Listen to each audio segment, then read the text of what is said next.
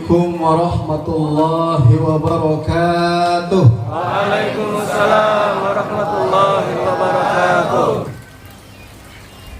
Alhamdulillah wa syukrulillah wa la hawla wa la quwata illa billah. Allahumma aslih ummata Muhammadin sallallahu alaihi wasallam wa farij an ummati Muhammadin warham ummata Muhammadin sallallahu alaihi wasallam wa ayyid ummata Muhammadin sallallahu alaihi wasallam.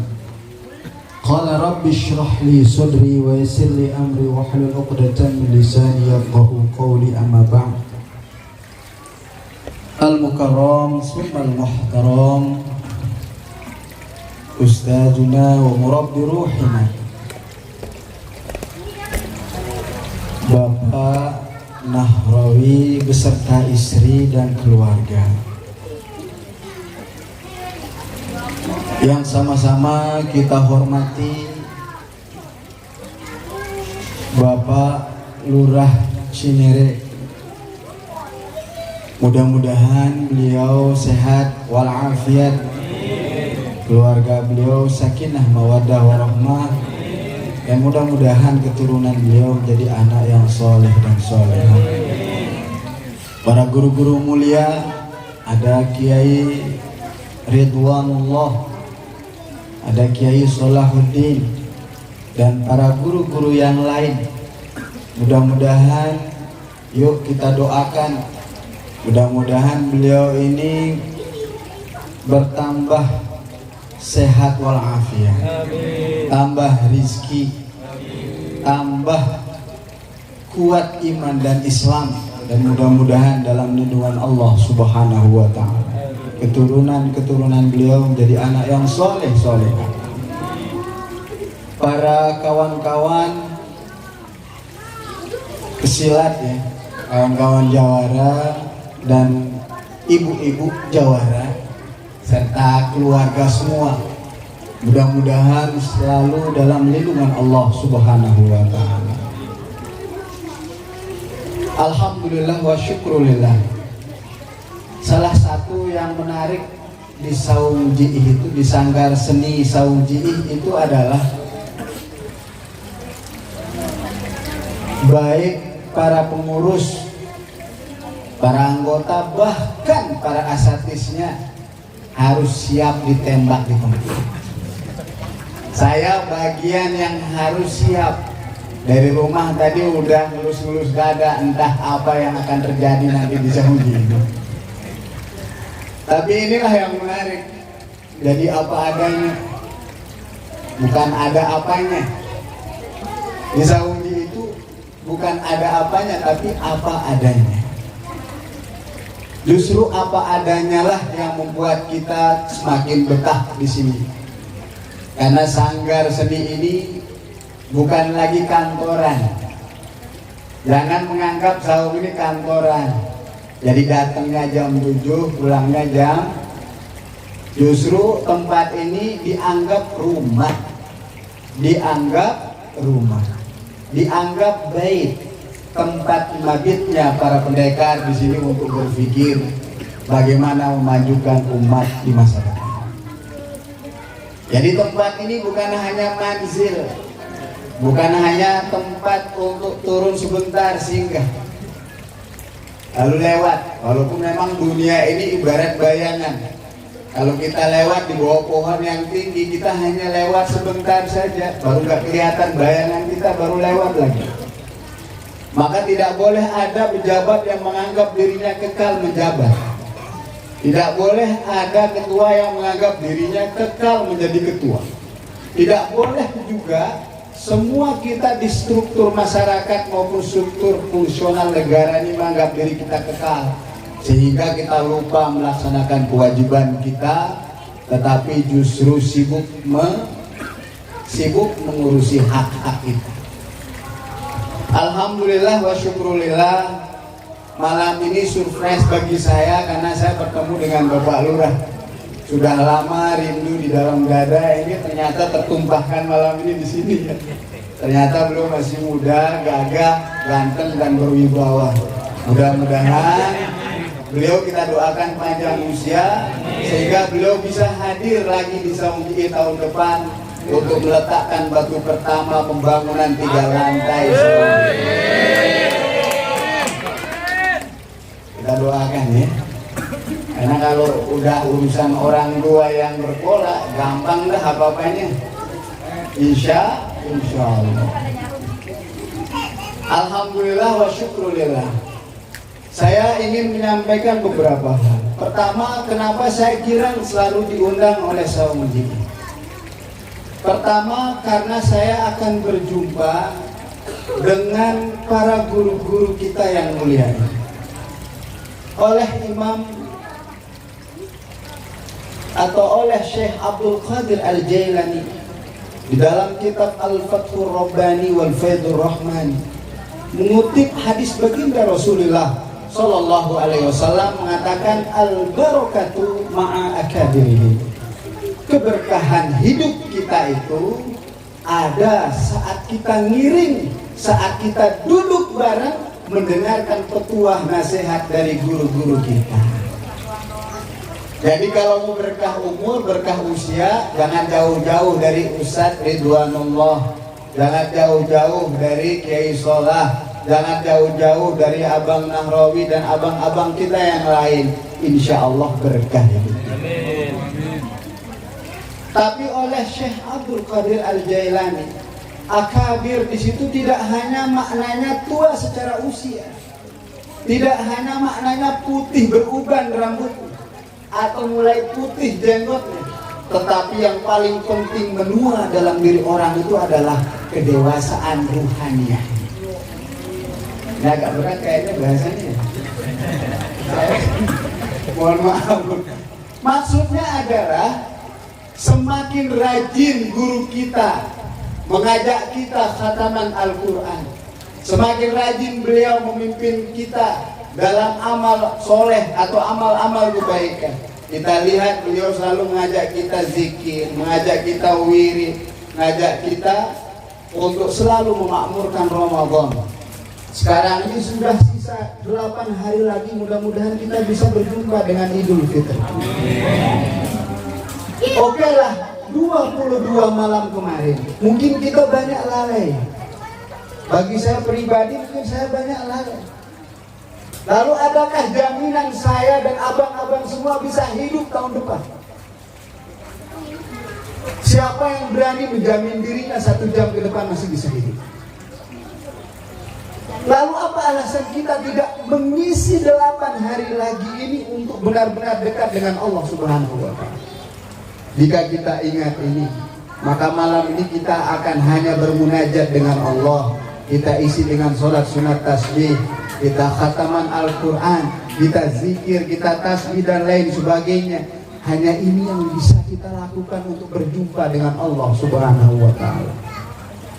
Ini yang pertama. Makanya yuk pada giran datang kemari. Karena kemari pada hakikatnya kita lagi memburu berkah. Ada orang yang bilang, kok bisa ada berkah? Bahkan mereka mengatakan ini nanti bisa syirik, bisa bid'ah. Nah, hati-hati. Oleh Abu Ya Maliki dalam kitab Dzikroyat wa Munasabat mengingatkan kita bahwa jangan terlalu cepat kita membid'ahkan orang. Jangan terlalu cepat kita mengkafirkan orang, apalagi terlalu cepat menyesatkan orang. Karena pada hakikatnya yang paling tahu mana yang benar-benar masuk surga itu cuma Allah. Ayo, kalau kita mah klaim doang kita. Ini benar, ini salah kita. Tapi kalau yang benar-benar masuk surga itu kita nggak berani. Dalam mazhab Ahlussunnah wal Jamaah, hak prerogatif Allah memasukkan orang ke dalam surganya, bukan hak kita. Ya.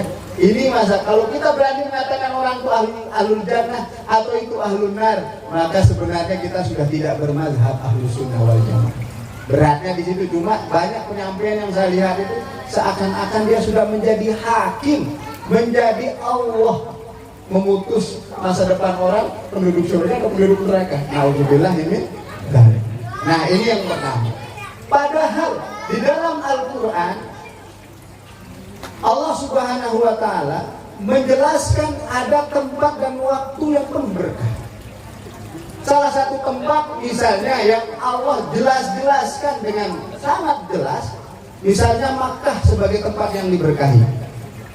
Bismillahirrahmanirrahim. Inna awwala baitin wudi'a lin-nasi lalladzi bi Bakkah mubarakan wa hudan lil alamin.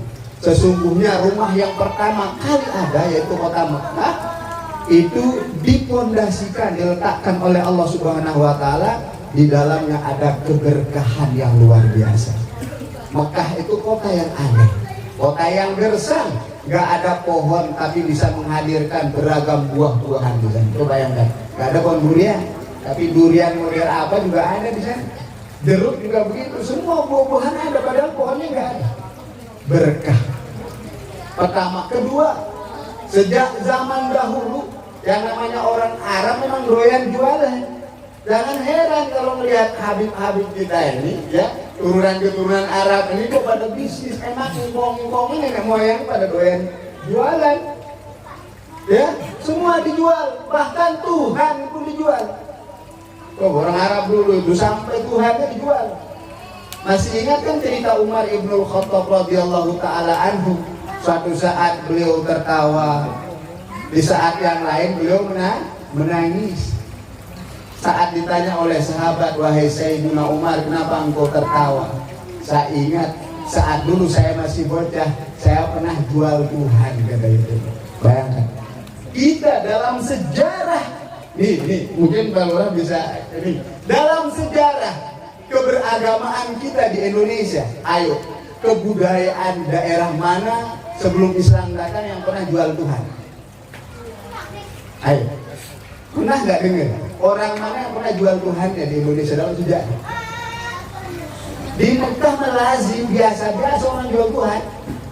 Bahkan di zaman Nabi Ibrahim, ayahnya Azar saja penjual Tuhan, memproduksi Tuhan, bahkan bikin nyetak tuh, bikin mahat Tuhan yang namanya Azar itu ayahnya Ibrahim. Itulah sebabnya Azar itu tidak menerima ajaran Nabi Ibrahim. Alasannya apa? Mata rantai ekonominya terputus karena dakwah anak Ibrahim. Bayangkan, makanya ini karena pengaruh bisnis juga, biasanya agama ditolak-tolak itu biasa karena faktor bisnis juga. Coba yang berkah. Yang kedua adalah waktu yang diberkahi. Selain tempat penuh berkah, yang kedua adalah waktu. Salah satu waktu yang paling berkah itu adalah malam Lailatul Qadar. Di mana Lailatul Qadar itu adanya hanya di bulan Ramadan. Walaupun sebagian ahli sufi mengatakan Lailatul Qadar itu bisa saja hadir di bulan, bukan di bulan Ramadan. Ini perbedaan pendapat lah, ya. Kita ini harus dewasa dengan keberagaman berpendapat, ya. Jangan gara-gara ada sholat tarawih 8 rakaat, ada 20 rakaat, lalu gak jadi pada sholat tarawih. Nah ini bahaya ini, ya. Jangan sampai begitu, harus saling hormati. Ini yang pertama. Yang kedua, kenapa kita sering hadir di sini? Saya pribadi sering hadir. Senang. Kenapa? Karena satu prinsip, satu ungkapan hebat dari para ulama. Dan ini ternyata Bang Nahrawi praktikkan ini.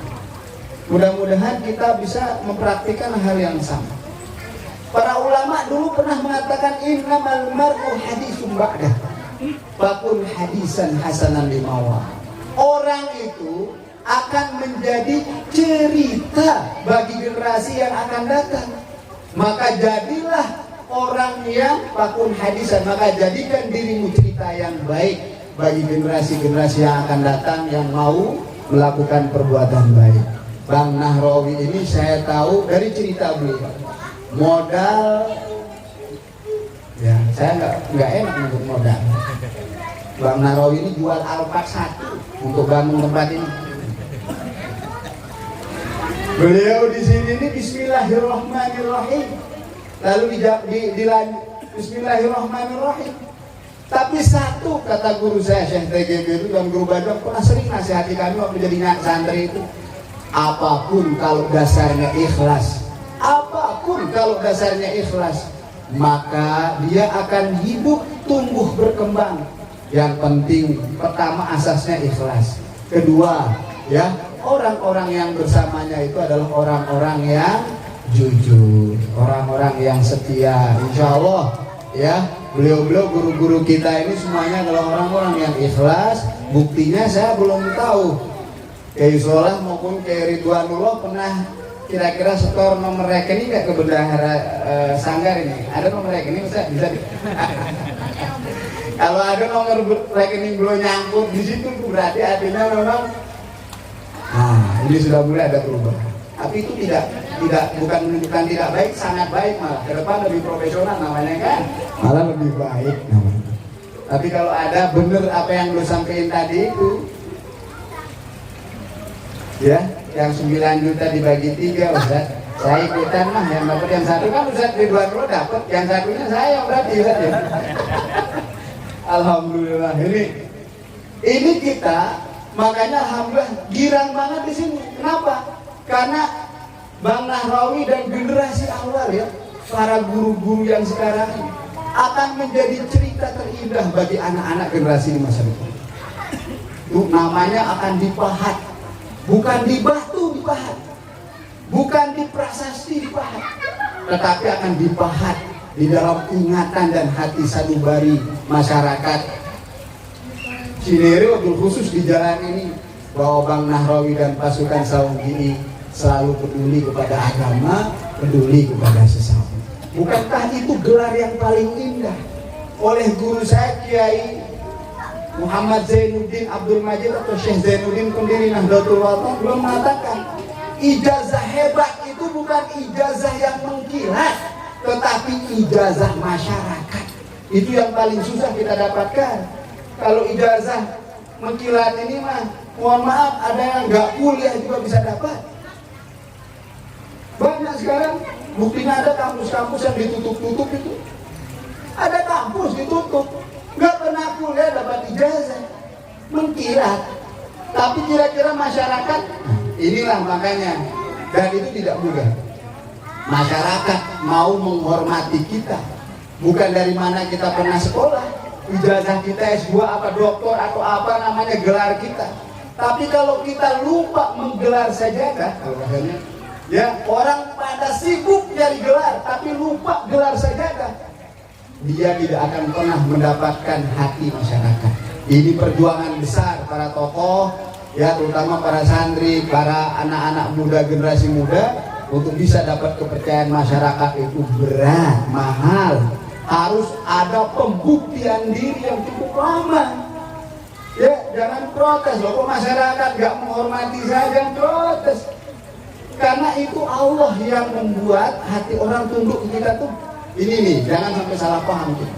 Kalau orang hormati kita, bukan karena kita, bukan karena ilmu kita, bukan karena kaya kita, tapi Allah yang sudah menundukkan jiwanya sehingga dia hormat kepada kita. Ini akidah, ya.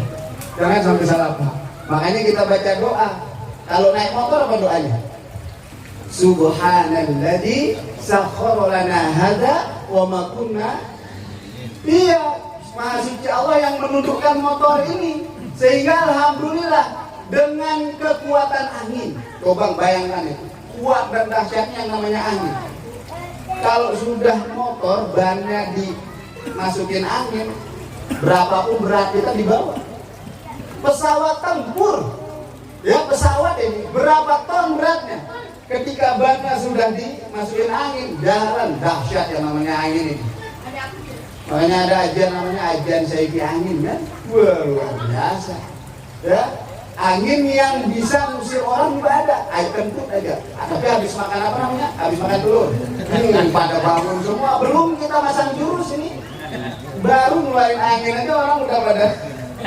Ini kekuatan angin luar biasa, ya, luar biasa. Ini yang kedua. Yang terakhir, yang ketiga yang ingin saya sampaikan, kenapa tempat ini ada Saung ini berkah? Kalau menurut saya bukan karena silatnya, saya ya pribadi. Boleh kita beda pendapat, ya, boleh.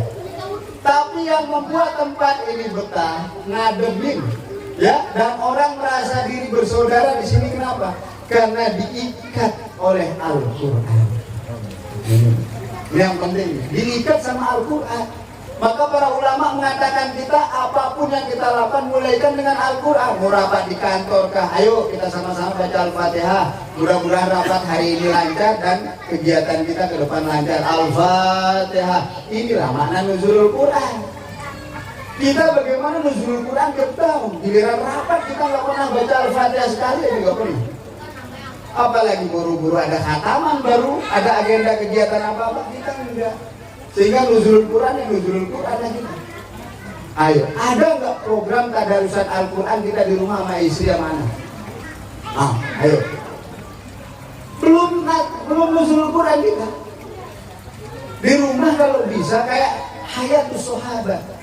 Bagaimana kehidupan Rasulullah dan kehidupan para sahabat di zamannya? Semua rumah tiap hari itu baca Quran. Kalau habis maghrib semua ngaji. Sehingga ketika seorang sahabat dari jauh datang mencari sahabatnya, dia nggak bakal tanya nomor rumahnya berapa, nomor HP-nya berapa. Cukup dia keliling di gubuk di Madinah itu, dia kedengeran suara Ibnu Mas'ud, kedengeran suaranya Ibnu Abbas, kedengeran suara Abdullah Ibnu Umar. Oh, ini rumahnya Abdullah Ibnu Umar, ini suaranya lagi ngaji. Jadi dulu tahu rumah orang itu dari suara ngaji tadarus Al-Quran. Yuk, ini kita masyarakat Cinere, masyarakat Gandul nih, doyan seneng demen baca Quran.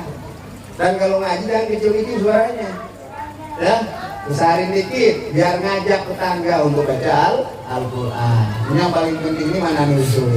Bagaimana Quran itu kita nuzulkan di diri kita dan di rumah kita masing-masing.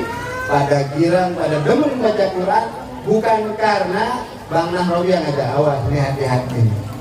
Karena Bang Nahrawi yang nge-share, yuk pada khataman ambil sekian karena nggak enak sama beliau lalu ngaji. Nih, jangan sampai begitu.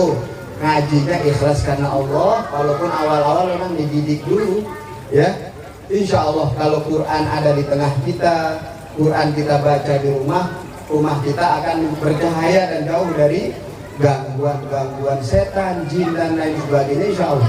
Rumah yang dibacakan Al-Quran, terutama surah Al-Baqarah ya. Nih, rumah kalau sering dibacain surah Al-Baqarah, mau jin, mau setan, mau apa nggak bakal berani masuk. Jadi kita nggak perlu pakai aja macam-macam dah. Baca surah Al-Baqarah 2 juz setengah itu, lancarin tiap hari tuh rumah nggak bakal berani dideketin sama apa. Termasuk ilmu sihir insya Allah. Tapi baca apalagi yang baca ayat kursi pagi hari habis subuh tuh. Habis subuh kan kita diajakin imam di masjid untuk sholat. Allahu la ilaha illa huwal hayyul qayyum, kata para ulama. Bahkan ada riwayat barang siapa membaca ayat kursi habis subuh, maka Allah akan menjaganya sampai malam. Dia gak bakal kena sihir, gak bakal kena apa-apa dan insya Allah. Dan barang siapa yang baca ayat kursi dari maghrib nanti dia akan dijaga sampai subuh hari. Makanya gak ada ceritanya orang tidur itu masuk macam-macam di telinganya, coba. Ya, kita ini kalau nggak dijaga Allah, nggak dijaga malaikat, setiap tidur kita ini telinga kita bakal jadi sarang semut. Telinga kita juga jadi sarang apa ya? Macam-macam jadi sarang, tapi kenapa nggak ada ceritanya ya? Ada yang pengalaman di malam dimasukin telinganya semut? Nggak ada. Padahal kalau ngorok mulut kita juga kayak boa, tapi nggak ada masuk ceritanya tuh. Misalnya apa namanya? Kupu-kupu lalu diam hinggap di situ, nggak ada ceritanya. Itu kalau nggak penjagaan Allah, penjagaan para malaikat Allah, dari doa-doa yang kita panjatkan, itu tidak akan mungkin terjadi. Oleh karena itu, mari kita sama-sama bersyukur kepada Allah Subhanahu wa Ta'ala. Mudah-mudahan kita senantiasa diberikan kesehatan dan keafiatan. Itu 3 hal yang ingin saya sampaikan. Cukup modal kita untuk membuat yayasan seperti apa yang belum sampaikan tadi. Itu modal kuat itu, ya. Modal kuat ya, yang 3 hal tadi itu sudah jelas insya Allah. Apa yang belum sampaikan tadi sudah ada di Saudi ini, semuanya udah ada. Kiai ada, kalau syarat-syarat pondok pesantren udah ada nih, kiainya ada, santrinya ada, kitab kuningnya ada. Malah yang diajar sama Ustaz Ridwanullah ngajar kitab kuning juga kan. Iya, kemudian apa lagi? Ada masjid sana kan, tinggal ke sana aja.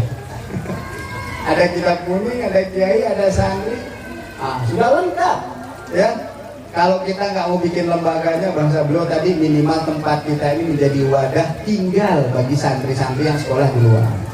Jadi misalkan NSD yang nggak mampu, bikinin kamar nanti di lantai 2 dan di lantai 3. Insya Allah bisa kalau bersama-sama, insya Allah. Dan kalau saya lihat ini kawan-kawan di Saung ini sangat kompak, sangat utuh, sangat bersatu. Kompak, utuh, bersatu, sabar, ikhlas,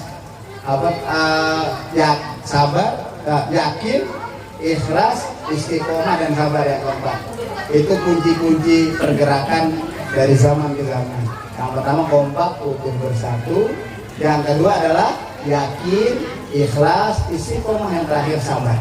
Insya Allah kalau ini ada, apapun yang kita perjuangkan akan bisa kita dapatkan hasilnya. Hanya ini yang bisa saya sampaikan. Mohon maaf para guru-guru, para asatidz, ya kawan-kawan semua di Sanggar Saung JI ini, wabil khusus ibu-ibu di belakang.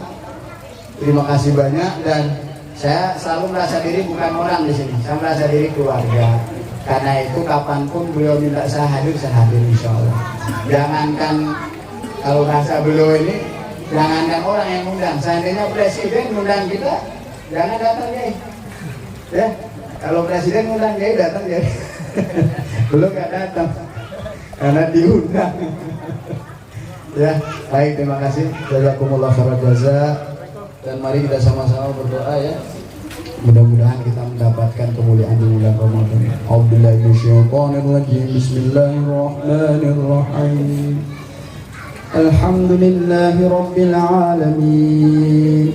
Hamdan yuwafi ni'amahu wa yukafi'u mazidah. يا ربنا لك الحمد كما ينبغي لجلال وجهك الكريم وعظيم سلطانك.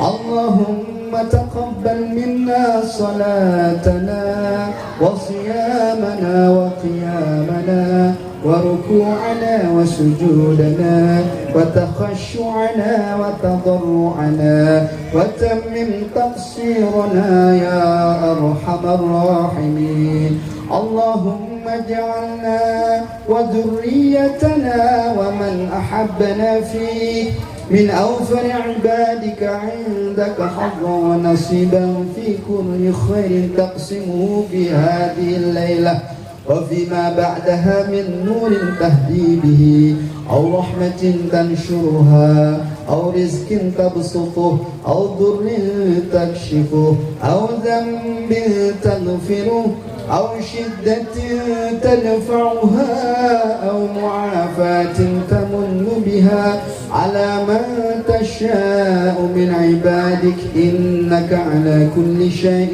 قدير. اللهم اجعلنا في هذه الليلة الشريفة من السعداء المقبولين ولا تجعلنا من الأشقياء المردودين. اللهم إنك عفو كريم تحب العفو فاعف عنا يا كريم. اللهم إنك عفو كريم تحب العفو فاعف عنا يا رحيم. اللهم إنك عفو كريم تحب العفو فاعف عنا يا كريم. ربنا آتنا في الدنيا حسنة وفي الآخرة حسنة وقنا عذاب النار. وصلى الله وسلم على سيدنا محمد والحمد لله رب العالمين. Jazakumullah khairal jaza. Mohon maaf barangkali ada tutur kata yang kurang berkenan di hati. Terima kasih sudah mengajak bergabung, dan mohon maaf lahir batin. Sebentar lagi kita lebaran. Maaf-maafan dari sekarang, karena kayaknya ini khataman ada bisa awal lagi, kayaknya bisa lagi mundur lagi.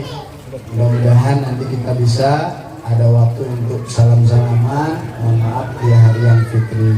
Amin ya rabbal alamin. Jazakumullah khairal jaza. Wassalamualaikum warahmatullahi wabarakatuh. Waalaikumsalam warahmatullahi wabarakatuh. Demikian tadi Mau'izatul Hasanah yang telah disampaikan oleh Al-Mukarram Adai Allah Bapak Kiai Haji Hasan Asy'ari. Mudah-mudahan apa yang telah beliau sampaikan dapat kita ikuti atau kita ajari di hari-hari berikutnya. Amin amin ya rabbal alamin. Dari saya kurang lebihnya mohon maaf apabila ada kata-kata kurang yang tersusun dari awal hingga akhir. Kami minta dibukakan pintu maaf yang seluas-luasnya. Kurang lebihnya mohon maaf. Hadanallahu wa iyyakum ajma'in. Assalamualaikum warahmatullahi wabarakatuh.